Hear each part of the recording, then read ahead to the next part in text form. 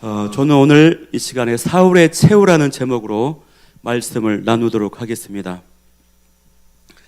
블레셋 군대와 이스라엘과의 전쟁은 블레셋의 승리로 이스라엘의 처참한 패배로 끝이 났습니다. 전쟁을 하기 전에 이스라엘이 하나님께 물을 때, 하나님, 이 전쟁에 나아갈까요 말까요? 라고 묻고 움직일 때는 항상 승리하였는데, 제약 속에 있거나 하나님께 묻지 않고 움직일 때는 항상 패배하게 되는 것을 보게 됩니다. 오늘 이 싸움에서 사울의 세 아들이 전사를 하고 사울도 스스로 목숨을 끊습니다. 그것으로 끝이 아닙니다. 죽임을 당한 사울의 시체는 목이 잘려져서 블레셋 사람들에게도 계속해서 모욕을 당하는 일이 벌어지고 말았습니다. 그야말로 이 사울 왕이 그냥 최후를 맞이하는 것이 아니라 비참한 최후를 맞이하게 되는 내용이 오늘 본문인 것입니다. 이것이 바로 이 백성들의 욕심 때문에 이방 민족들과 같은 왕을 우리에게 세워달라고 요구했던 이 백성들의 욕심 때문에 세워진 사울 왕의 결론이었습니다. 정말로 이 말씀을 묵상하면 묵상할수록 너무나도 안타깝습니다. 왜 안타깝습니까? 백성들의 욕심과 잘못된 요청으로 세워진 사울 왕이었지만요, 하나님께서는요 사울 왕을 향한 하나님의 계획과 기대가 있었기 때문에 그렇습니다. 하나님은요 사울 왕을 통해서 이스라엘이 잘 되길 바라는 그런 마음이 있었습니다.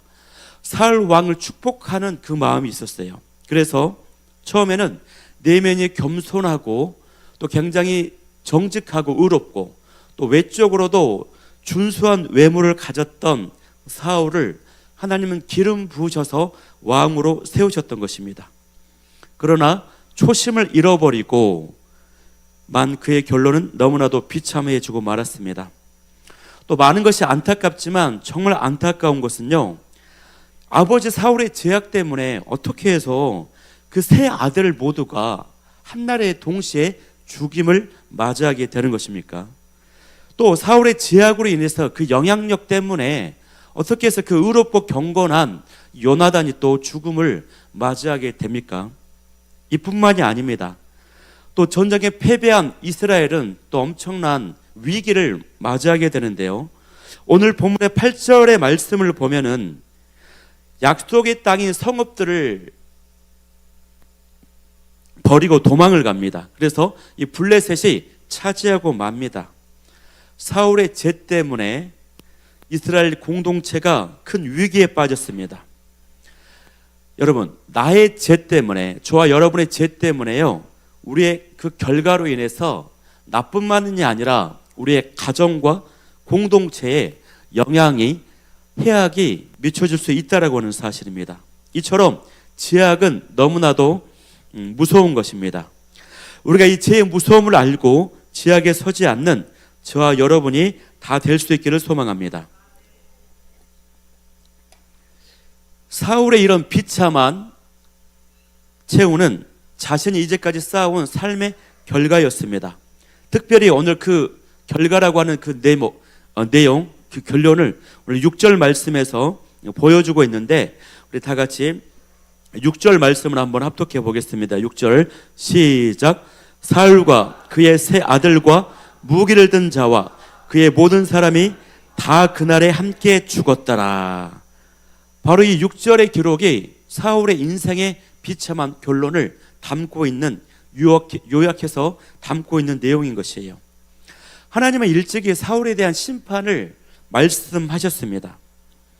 오늘 이 비참한 최후를 맞이하는 사울의 결론이 오늘 이 6절 말씀인데, 저는 그가 지은 죄악들의 성격, 이제까지 살아오면서 인생을 살아오면서 지었던 그 죄악들이 어떠한 성격을 가지고 있었던 것인가를 한번 정리할 필요가 있다고 생각합니다. 사울의 가장 큰 인생의 죄악은 뭐였냐면요, 하나님에 대한 불순종이었습니다. 사무엘상 13장 말씀을 보면은 블레셋과의 전쟁을 앞두고 번제를 드려야 되는데 사무엘 선지자가 늦게 나타납니다. 그래서 자신이 직접 번제를 드렸습니다. 이것은 하나님께서 주권적으로 세우신 제사장의 역할과 권한을 침범한 하나님의 영역을 침범한 불순종이었습니다. 또 사무엘상 15장에도 보면은 하나님께서 아말렉 족속을 진멸하라, 하나도 남김없이 멸하라 말씀하셨는데, 그 하나님의 명령보다도 이 백성들의 의견과 백성들의 눈치를 우선해서 그 눈치를 보느라 진멸하지 않았습니다. 그로 인해서 사울왕은 하나님의 심판을 받게 되는데, 그건 뭐였냐면 그의 왕권을 거두어서 다윗에게 넘기기로 한 것입니다. 이 불순종의 제약 때문에 계획이 바뀌어 버린 것입니다. 하나님의 계획이 바뀌어 버렸고 하나님의 촛대가 옮겨져 버린 것이에요. 사울왕의 두 번째 제약은요, 욕심과 교만 때문에 많은 사람들을 죽이는 자였다라고 하는 것입니다. 또 다윗을 비롯해서 많은 사람들을 죽이려고 했다라고 하는 것이에요. 사무엘상 22장을 보면은 노베 제사장 아히멜렉과 그의 가족들, 성읍에 남녀노소 불문하고 어린아이까지 85명에 달하는 사람을, 무고한 사람들을 처참하게 살육했습니다.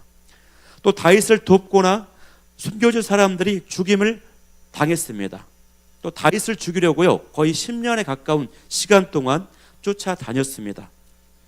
마지막으로 살펴볼 수 있는 이 사울의 죄는 뭐였냐면 영적인 죄악이었는데, 블레셋과의 전쟁을 앞두고 하나님의 응답이 없자 바로 엔돌의 신접한 여인을 찾아가서 하나님이 금하신 초자연적인 방법, 귀신과 이렇게 접촉하는 그런 방법을 사용해서 이렇게 응답을 받고자 했던 것, 이거 역시 일종의 우상 숭배의 또 다른 모습인 것입니다.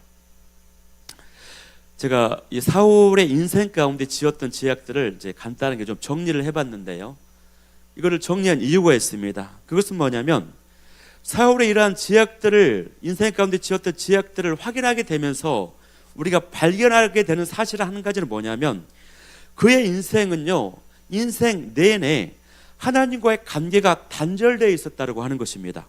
하나님과의 통로가 막혀 있었다고 하는 것이에요.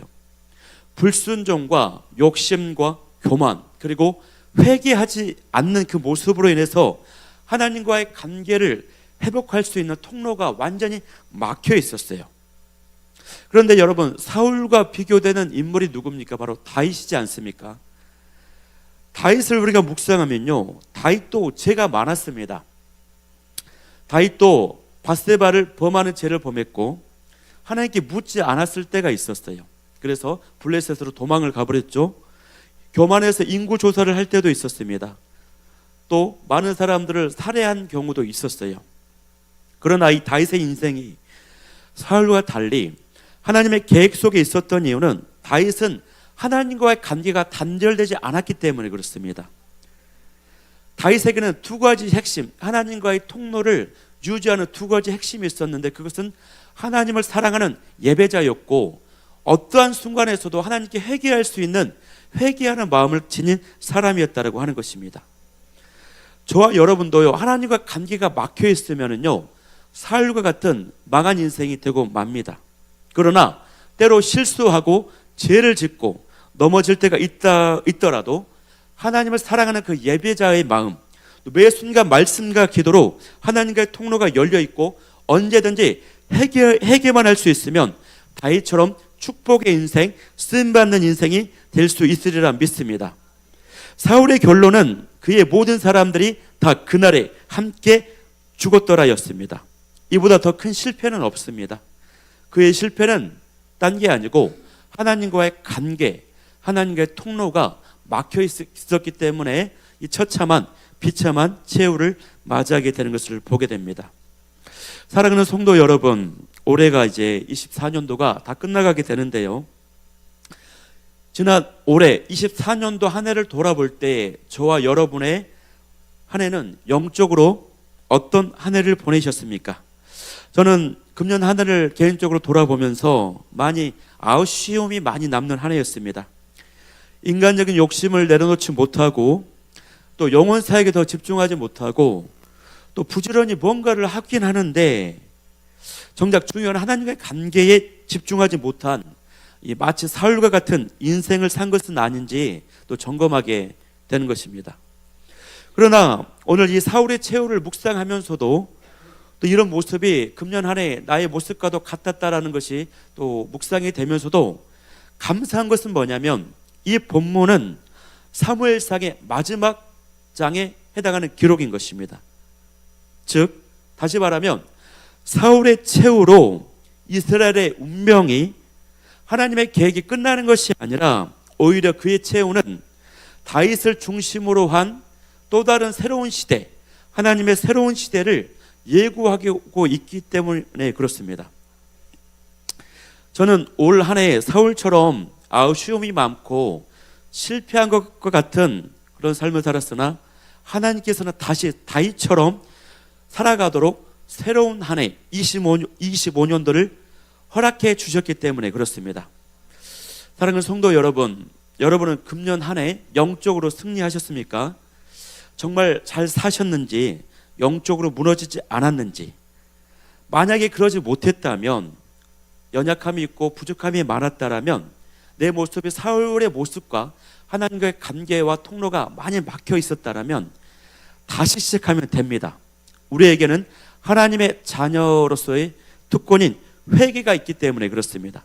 그런 의미에서 함께 이 밤에 기도하기를 원하는 것은, 첫 번째 기도하기를 원하는 것은요, 주님, 나의 현재가 내 삶의 결론임을 알고 순종함으로 또 회개함으로 다시 시작하고 다시 하나님의 예배하신 새해 25년을 맞이하는 내가 되게 하여 주옵소서 기도하길 소망합니다.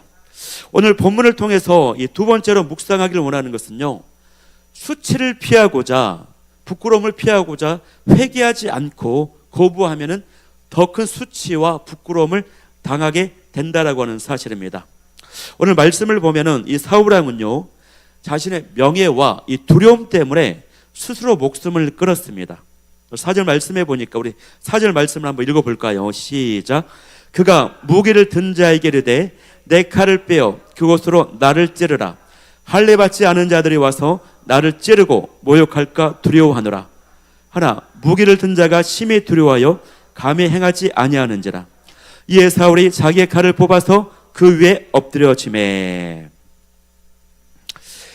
생명은요, 하나님께서 우리에게 부여하신 것이기 때문에 이것을 자기의 의지대로 끊어서는 절대 안 되는 것입니다.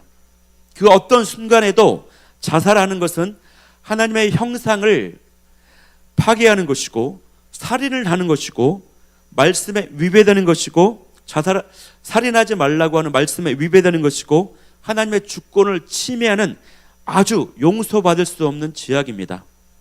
선민 이스라엘 백성들은요, 철저히 자살하는 것을 금기시했습니다. 그래서 성경을 보면은 자살했던 그 예가 별로 없어요. 가룟 유다, 또 오늘 나온 기록, 그리고 이거 말고 두 사람만 더 있습니다. 수천 년의 역사 가운데 수많은 인물들이 등장하고 수많은 사건과 에피소드가 있지만 서너 명밖에 되지 않아요. 자살을 했다라고 하는 기록들이. 그런데 오늘 본문에 보니까 사울은요, 명예 때문에, 자신의 명예, 자신이 할례 받지 않은 저 블레셋 사람들에게 죽임을 당할 수 없다라고 하는 자신의 그 명예를 지키고자 스스로 목숨을 끊어버리고 맙니다. 명예를 지키고자 목숨을 끊었지만 결과적으로 어떻게 됩니까? 오히려 블레셋이 그 시체 사울의 목을 베버리고 이 사울의 목을 가지고 블레셋 본토의 여기저기 성읍을 돌아다니게 해서 그걸 보고 블레셋 사람들이 기뻐하며 기념하며 환호하게 만듭니다. 그의 갑옷은 또 아스타로 신전의 벽에 걸쳐지게 되는 것입니다. 자신의 시체도 이제 마찬가지로 더 큰 수치와 무욕을 당하고 말았습니다. 이거는 자신의 갑옷과 몸과 목이 블레셋 성읍에 골고루 돌아다니면서 기념하고 막 웃음거리 되는 것은 단순히 사울 개인의 수치와 모욕이 아니라 이스라엘 전체 공동체의 큰 수치와 부끄러움으로 연결이 되어버렸어요. 더 큰 수치가 되고 말았던 것입니다. 성경에도 이런 예가 많거든요. 수치를 겪었을 때, 죄로 인한 부끄러움을 겪었을 때 그걸 인정해야 되는데 인정하지 않음으로 인해서 큰 어려움, 더 큰 부끄러움을 당하게 된 예가 많은데 그 중에 하나를 보자면 창세기 4장을 보면은 아벨을 죽인 가인에게 하나님이 내가 죽인 아벨 어디 있느냐 물어봤을 때 모른다고 그래요. 내가 지키는 자니까 그래요. 인정하고 회개했으면 좋았을 것을 거부하고 그 수치를 당하지 않으려고 숨기려고 했을 때에 가인은 저주를 받게 되고 땅에서 유리방황하는 존재가 되고 말았습니다. 다윗도 마찬가지로 밧세바와 간음했던 것을 숨기려고 했을 때에 더 큰 아픔을 겪게 되는데 그게 뭡니까? 나단 선지자의 책망을 통해서 그 죄값을 치르게 되죠. 칼과 살인이 그 가정과 가문에 끊이지 않는 아픔을 겪게 되는 것입니다. 사울은요, 자신이 심판을 당하게 된다라고 하는 것을 사무엘 선지자를 통해서 들었습니다. 그렇기 때문에 죽음이 임박한 이 시점에서 만약에 수치를 피하고자 자살을 하지 않고 자신의 죄악을 인정하고 이 순간에 회개를 했었더라면, 가령 만약에 회개를 했었더라면 하나님의 은혜가 어떠한 방식으로 임하지 않았을까라고 하는 것을 저는 개인적으로 묵상을 해보았습니다. 창세기 38장에서도 보면은 유다가 며느리 다말과 동침을 했고 부끄러웠지만 그것을 인정했을 때에 네가 나보다 옳다라고 인정했을 때에 하나님께서 메시아의 계보에 들어가게 하는 축복을 받게 되지 않습니까? 오늘 이 사울의 모습을 묵상하면서 수치를 피하고자, 그 순간에 수치를 피하고자 인정하지 않을 때에 더 큰 부끄러움과 수치를 당하게 되는 것을 묵상하면서 저와 여러분 바라옵기는 즉시 회개할 수 있는, 즉시 수치 앞에서 그것을 인정하고 회개할 수 있는 저와 여러분이 다 될 수 있길 소망합니다. 그래서 두 번째 기도하기를 원하는 것은 수치를 피하면 더 큰 수치와 부끄러움이 오게 되는 것을 깨닫고 즉시 회개할 수 있게 하여 주옵소서 기도하기를 원합니다. 자, 마지막으로 나누기를 원하는 것은요, 이제 이 오늘 말씀에 길르앗 야베스 주민들의 모습인데요, 이 모습을 통해서 받은 은혜를 기억하고 보답할 줄 알아야 된다고 하는 사실입니다. 오늘 마지막 이 단락을 보면요, 11절부터 이제 13절에 나와 있는데 야베스 주민들의 멋진 모습이 등장을 합니다. 블레셋 사람들이 사울에게 행한 일을 듣고 모든 야베스의 장사들, 힘을 쓰는 사람들이 일어나서 밤새도록 달려가서 블레셋의 적진에 들어가서 사울의 시체와 그의 아들들의 시체를 가지고 돌아옵니다. 그리고 이제 화장을 합니다. 이것은 이 야베스 주민들이요, 사울 왕에 대한 은혜를 기억하고 있었어요. 암몬 족속 때문에 위협을 받을 때에 야베스 주민들이 다 죽게 생겼었거든요. 그때 사울 왕이 이 야베스 주민들을 구원을 해준 그 기록이 있습니다. 과거의 사건이 있어요. 이 야베스 주민들이 그 은혜를 기억하고 그것을 잊지 않고 보답하는 아주 멋진 모습이 오늘 본문에 기록되어 있다라고 하는 것이에요. 우리 담임 목사님께서도 이렇게 항상 하는 말씀이 있지 않습니까? 오늘 아침에 새벽에 보니까 우리 야곱 전도사도 똑같은 그 말을 하던데, 사람이 믿음이 없으면 인격이라도 있어야 되고 인격이 없으면 의리가 있어야 된다, 이런 얘기를 하셨죠. 사람에 대한 은혜를 기억하고 보답할 줄 아는 사람이요, 우리 눈에 보이지 않는 하나님에 대한 은혜도 기억하고 보답할 수가 있습니다. 제가 제 모습을 보니까요, 은혜를 기억하지 못할 때는 감사가 사라져버리고, 그렇게 되면 어떻게 되냐면 저에게 9가지 축복과 은혜와 감사 조건들이 있는데 딱 하나 없는 그런 감사하지 못한 어떤 사건, 문제 때문에, 그 하나 때문에 불평하고 원망하는 모습을 제가 보게 되었어요. 그 하나 때문에 기쁨이 없고 평안함이 없고 만족이 없다라는 것이죠. 그렇기 때문에 우리가 얼마나 은혜, 감사, 축복을 기억하고 되새기는 것이 얼마나 중요한지, 그때 감사와 만족이 나타나게 된다는 것을 보게 됩니다. 주일 말씀에도 눈을 뜬 이 맹인이 은혜를 기억하는 사람이었습니다. 어느 날 제가 많은 교회 업무로 인해서 스트레스를 받고 있고 지쳐 있었어요. 근데 그래서 이제 막 사람에게도 치이고 이리 치고 막 많은 업무로 지쳐 있고 스트레스가 이제 차 있는 상태에 있었는데, 근데 이제 몇 달 전에 최근에 아는 친구가 교회를 개척을 하고 있어요. 한 4년 됐는데 많이 힘들어요. 성도들 많이 없어요. 그래서 그 친구의 교회를 방문을 했어요. 날씨가 좀 추웠기 때문에 교회 본당이 썰렁해요. 사람들이 오고 가지도 않아요. 인정이 드물어요. 날씨도 좀 차가워진 틈이고 썰렁하고 그러니까 외롭고 공허하고 텅 빈 그런 좌석에서 그 어떤 그 혼자 공허하고 외롭고 쓸쓸한 그 느낌을 이제 갖게 되는 거예요, 제가. 그러면서 정말 북적북적하지만 사람들과 부딪히고 뭐 어떤 것 때문에 의견 다툼도 있고 많은 일에 치우지만 이것이 축복이고 복이고 감사한 것이구나라고 하는 것이 불현듯 막 느껴지게 되더라고요, 제가. 그래서 이 함께 어울리고 호흡할 수 있는 이 공동체가 있다라고 하는 것이 얼마나 감사한 것인가라고 하는 것을 제가 맛보게 되었습니다.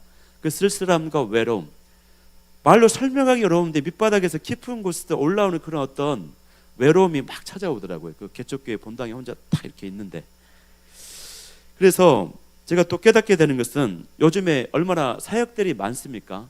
그러나 우리가 정말 가치 있고 의미 있는 또 비전과 꿈을 꿀 수 있는 그 길에 숨가쁘게 역동적으로 달려가고 있다고 하는 사실에 감사할 수 있는 저와 여러분이 다 될 수 있길 소망합니다.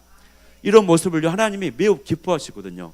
근데 만약에 아무 일도 없고 공고하고 그냥 한가하게 무료하게 있으면 그게 더 정말 딱한 거 아니겠습니까?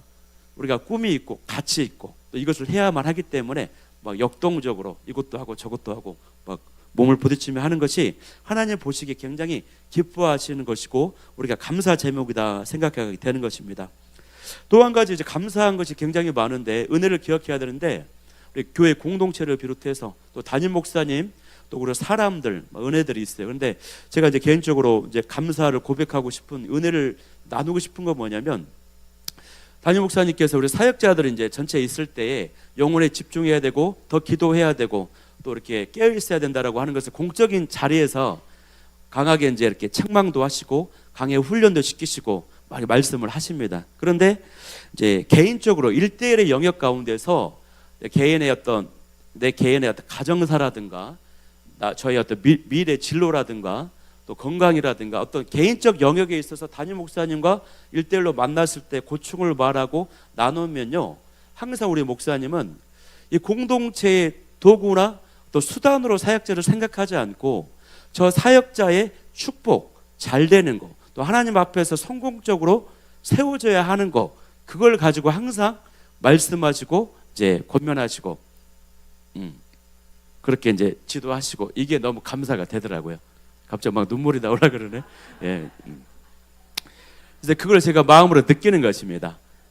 이 목사님을 절대 어떤 수단으로 도구로 사용하지 않은. 근데 제가 그런 리더를 너무 많이 봐가지고 공동체 네가 필요하니까 기능적인 역할을 너가 해야 되니까 사람이 없는데 뭐 이런 것들을 많이 봤는데 그런 식으로 항상 접근하지 않으시는 그 모습을 느끼면서 너무 나는 복을 받았다, 좋은 리더를 만났다, 이게 너무 복이 되고 감사가 되었습니다. 다만 내가 이제 앞으로 잘 돼서 보답을 할 수 있어야 되는데 제가 잘 돼서 보답할 수 있는 제가 되길 소망합니다. 이제 마지막으로 짧게 이제 시간이 갔는데 짧게 나누기를 원하는 것은요. 이 오늘 본문에 보면은 이 야베스 주민들이 화장을 하거든요. 화장을. 그런데 이스라엘 백성들은 화장을 하지 않습니다. 화장을 터부시해요. 금기시해요. 그러나 이 야베스 주민들이 이 사울 왕의 시체를 화장을 합니다. 여러 가지 이유가 있는데 그 이유 첫 번째는 뭐냐면 블레셋 사람들이 사울 왕의 시체를 훼손했죠. 그러나 화장하지 않고 묻어버리면 이 블레셋 사람들 다시 파헤쳐서 부관 참시라고 하는 말이 있는데 다시 또 훼손할까봐 그게 우려가 됐어요. 그러나 더 중요한 것은 시체가 훼손되었기 때문에 화장을 하면서 야베스 주민들이 모아가지고 사울을 기념하면서 애도하면서 마지막 기름 부음 받았던 왕의 마지막 사울 왕으로서의 예우를 다하는 모습을 이제 보여주는 것입니다. 화장을 했다라고 하는 것은 정성스럽게 장례를 치렀다라고 하는 것이에요. 근데 이거는 단순히 야베스 주민들이 이걸 행했다라고 하는 것이 아니라 이건 바로 하나님의 섭리가 있었어요. 어떤 섭리였냐면 바로 단순히 야베스 주민들이 의리를 지켰다라고 하는 수준을 넘어서서 하나님의 섭리가 있었는데 그건 뭐냐면 하나님의 심판 속에서도 하나님의 은혜가 그 안에 있었다라고 하는 것을 보여주는 것입니다. 하나님께서 더 이상 사울 왕이 수치를 당하지 않도록 야베스 주민들을 사용하신 것이었어요. 야베스 주민들을 통해서 마지막 남은 그 명예, 한때 기름 부음 받은 왕으로서의 명예를, 하나님의 사울왕의 명예를 지켜주신 것입니다. 은혜를 허락해 주셨던 것이에요. 그리고 이제는 완전히 화장하고 장례를 마무리함으로써 이제 사울의 시대가 완전히 끝났다라고 하는 마침표를 찍어버리는 것입니다. 그러면서 이제 다윗이라고 하는 새 인물을 통해서 새로운 시대가 시작이 된다라고 하는 전환점이 되는 장면이 바로 오늘 마지막 구절 11절부터 12절 13절이라고 하는 것입니다. 여러분, 즉 하나님은요, 심판과 위기상 속에서도 하나님의 은혜가 시작되고 있다라고 하는 것을 절묘하게 보여주는 이 기록이 오늘 마지막 세 구절인 것입니다. 그러므로 어려운 중에서도, 위기상 가운데서도 하나님의 은혜가 있고 하나님의 시작되고 있다라고 하는 것을 꼭 기억하면서 우리가 그 은혜를 항상 기억하며 보답할 줄 아는 저와 여러분이 다 될 수 있기를 소망합니다.